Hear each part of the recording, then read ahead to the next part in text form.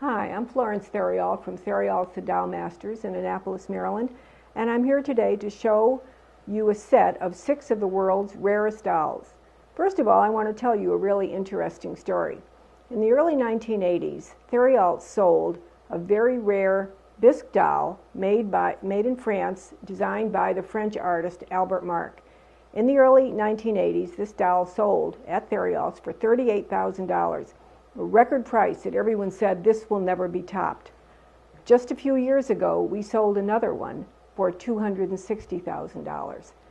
Now, why I say that to you is when we sold it in the first part in 1980s, people said, well, that's not an antique doll. That was made in 1915, and why is there all this fuss about it? Well, it is true that in the early 1980s, this doll, made by SFBJ for Albert Marc, was only about 67 years old. However, look at how the price increased. Okay, fast forward to today. We now have dolls I'm going to talk to you about made by the Alexander Company of New York in 1951. That would make them 62 years old. I want to emphasize this to you because these dolls are extraordinarily rare. One could well argue that they are rarer than the Albert Marc doll. And yet, people who say they only collect antique dolls kind of turn their nose up and don't even consider them. It's time you do. These dolls are well approaching moving into the antique field, and to find extraordinary examples of them is a privilege and a rarity for all of us. Okay, there's the end of my little spiel. I promise I won't lecture anymore. I'm just going to show you the dolls so you can enjoy them. It was now just after World War II, and the doll firms in New York were trying to find out how they could bring their doll market back again, how they could build up the doll industry. What could they do? Well, of course, one of the things that they did was they decided to introduce the use of plastic that had been developed during the wartime into the manufacturing of dolls. Some of it would be very utilitarian, and some of it would approach, as these 6 dolls that I'm going to show you, would approach high art. Madame Alexander of New York had worked for 30 or 40 years by that time in making her extraordinary dolls of cloth, of composition, in wonderful costumes, and she decided that she needed to do something to bring this great interest in dolls back again and to see them as fashion. And again, this brings us back to the Albert Marc doll. Do you know why that doll was designed in 1915 during World War I in Paris? To reinvigorate the Parisian fashion industry.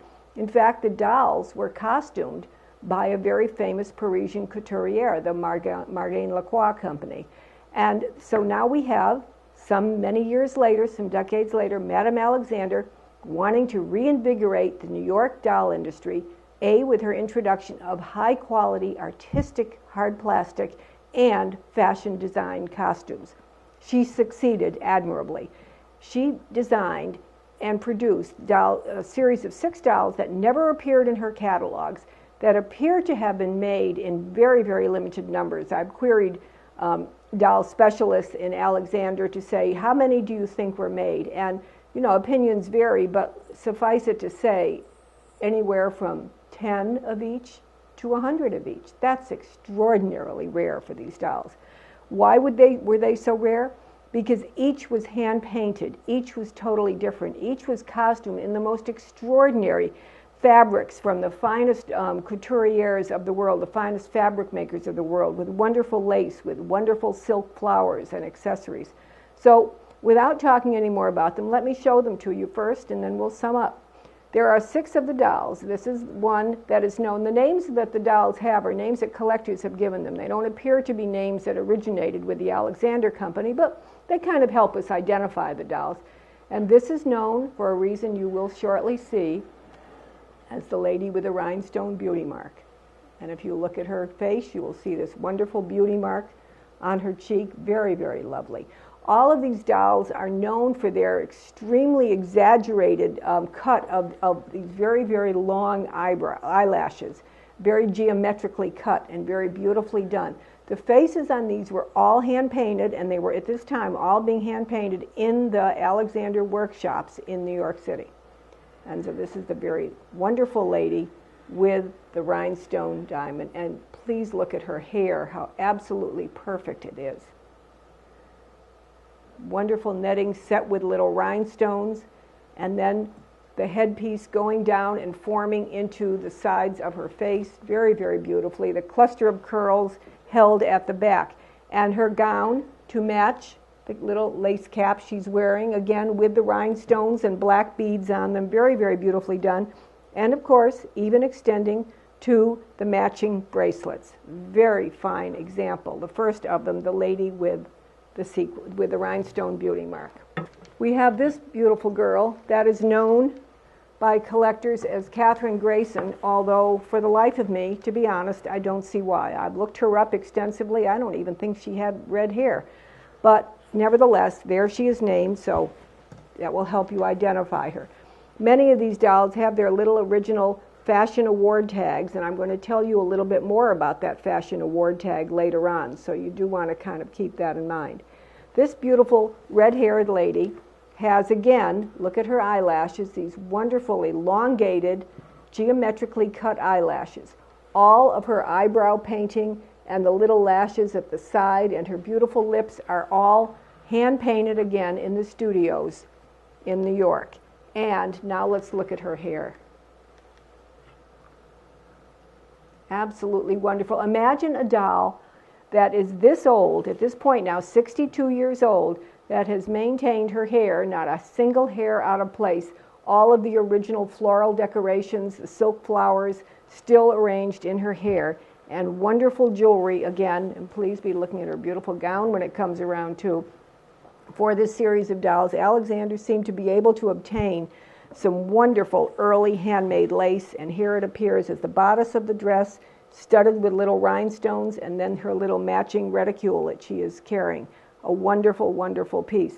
Madame Alexander always had this extraordinary interest in fashion, in costumes, in fabrics, in wonderful fabrics, and she always sought out the best fabrics. And one of the things, because I have done so much work with antique dolls, one of the things that I noticed about her work is that when she costumed dolls to be in the antique mode, in the antique style, she always chose the right color of fabrics that would have been appropriate during the time period the doll referenced. The third doll from the series of the so-called mystery portrait dolls by Alexander is known by collectors as Shamsay, evidently expressing an idea that she would have been a fashionable lady of the 1890 period in Paris. And she certainly has a gown of exquisite quality, although of all of the dolls, this one seems to be the least dramatic in her facial painting and in her hairstyle. Nevertheless, a very, very beautiful doll, and again, the gown made of the very finest lace. And let me just turn her around so you can see how beautifully she is painted.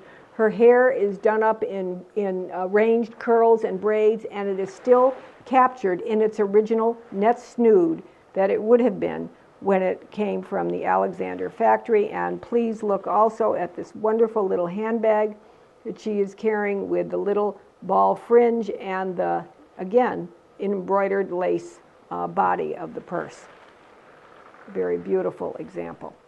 For many collectors, this is considered la creme de la creme, known as the ballerina, and she is stunning. She has very, very beautiful reddish-brown hair, and when I turn her around, you're going to see how the bunch that is captured at the back of her hair, the chignon, is captured in a snood with little rhinestone beads on it. I wanted to show you something.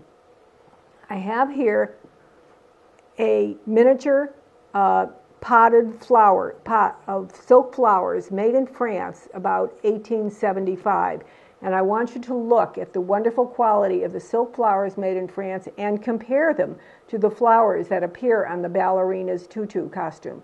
You will also see this in two of the other costumes coming up, and you will see how absolutely wonderful, again, the work was. Again, I suspect, no one has ever verified this, but I suspect that many of the fabrics and laces and trims, such as these flowers that Madame Alexander used in her dolls, were actually antique, and that she was able to acquire because she was in the center of New York and had access to many of the properties of the fashion industry. Well, take a look at the ballerina.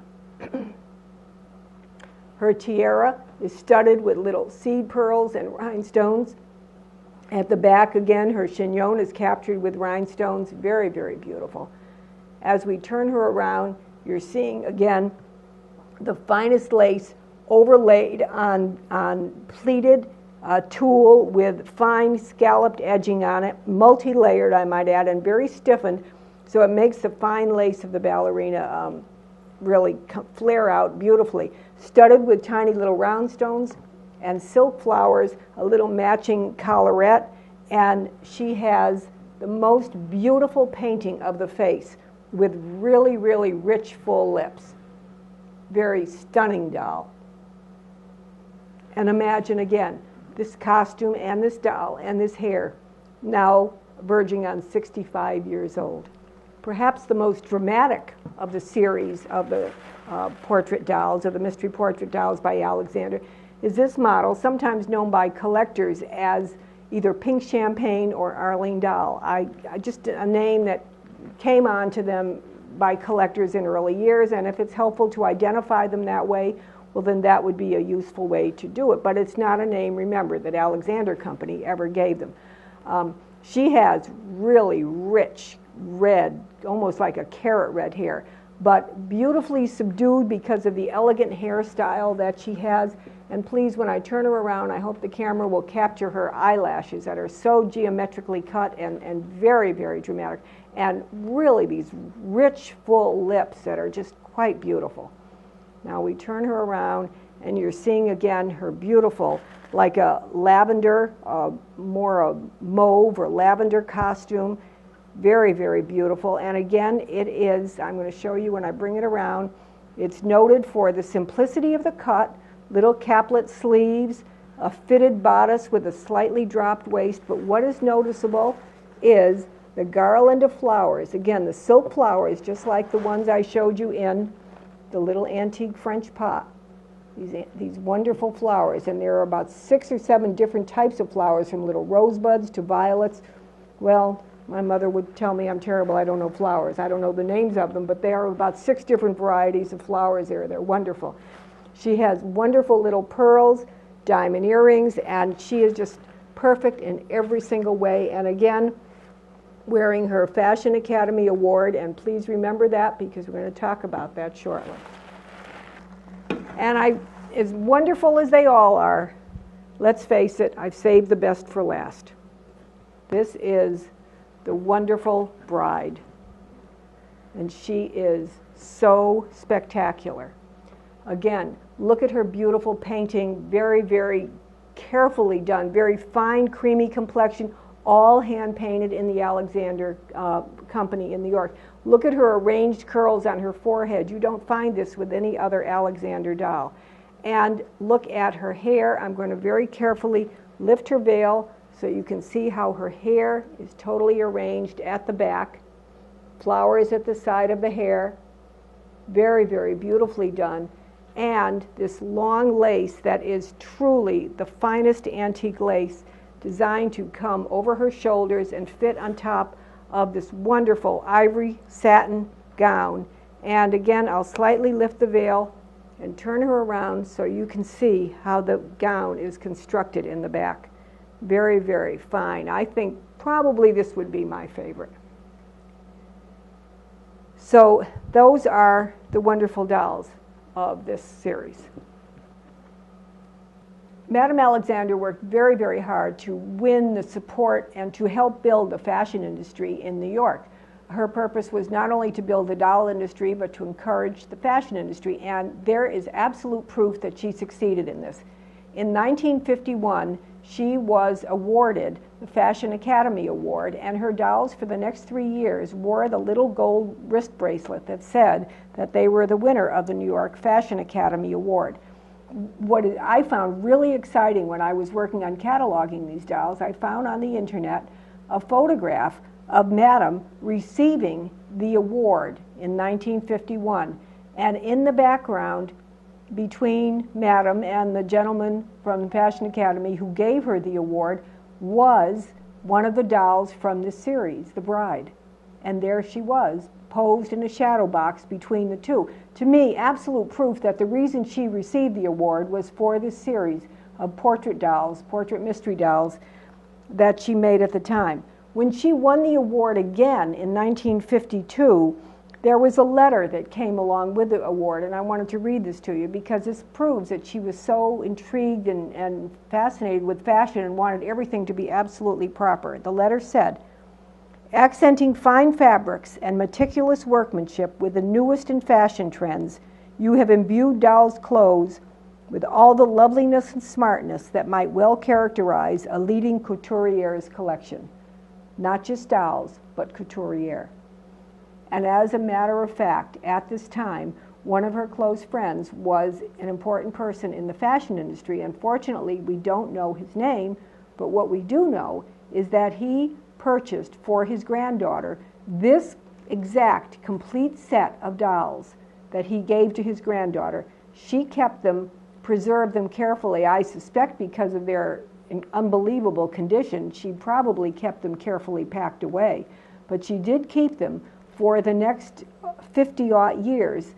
And in 2005, she decided that she would part with them. She had been the only owner up until that time. And at that time, they were acquired by Judine Hansen, who placed them in her museum, where they have remained until this day. Again, to emphasize, because it's so extraordinary to find even one of these dolls, but to find a complete set, and a complete set that has always been together, is truly, truly a collector's joy. And I'm happy to have shared this with you.